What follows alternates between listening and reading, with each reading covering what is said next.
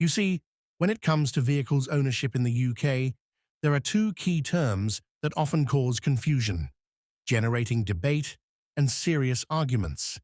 These two terms are registered keeper and registered owner.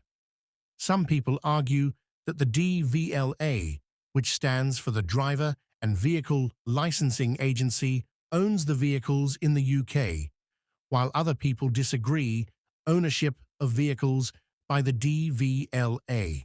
So, let's use this video to clear up any misconceptions and get to the heart of the matter so that this debate can be settled and closed.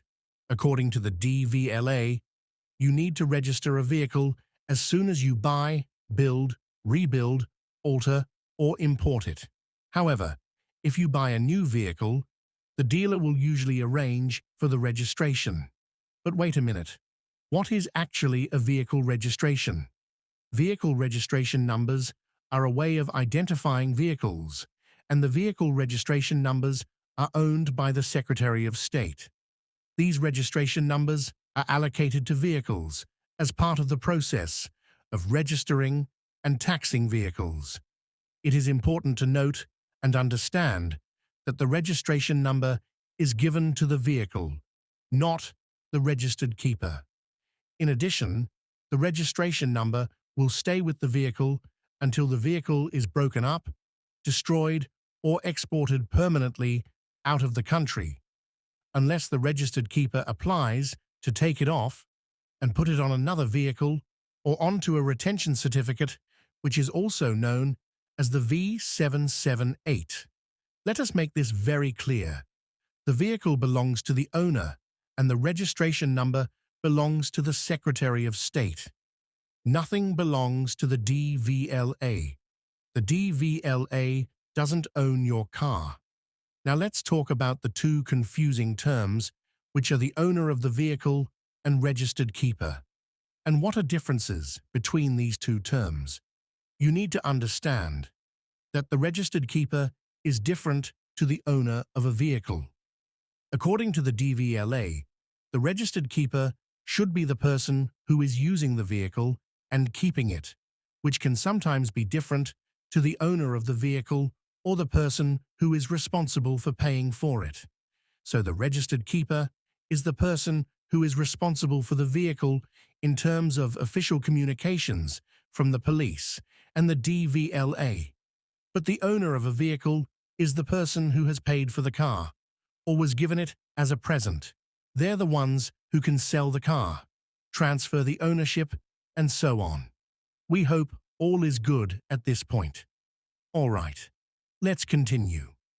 The DVLA emphasizes that the person who is named on the registration document, which is sometimes also known as the V5 document, may not necessarily be the owner, and that a V5 is not proof of ownership. This is the case with a company car, for example. The car is owned by the company, but the registration documents, the V5, should show the registered keeper to be the person who uses it on a daily basis, such as the employee of a company. Some of you are in this situation. You're driving a company. You're not the owner of that car. Your company owns the car. Overall, the registered keeper is normally responsible for other offenses, such as parking tickets, so it is probably best to change the registration documents if you are classed as the owner, but not the user or keeper of the vehicle. In relation to vehicles which are leased or hired under a contract for use, the lease or hire company would ordinarily be the registered keeper of the vehicle. In the case of a lease, a finance company who are financing the lease of the vehicle would be the owner of the vehicle. In conclusion, a registration document, or the V5, is not proof of ownership.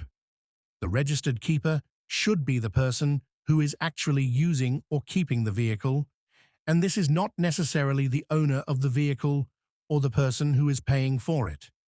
And as earlier mentioned, that's the person responsible for the vehicle so far as official communications from the police, the DVLA, and other authorities, but the owner is the person who put up the cash or who pays for it, or was given it as a gift, and they are the ones who can sell the car, transfer the ownership, and so on. The DVLA make it very clear that the person named on the registration document is not necessarily the owner of the vehicle.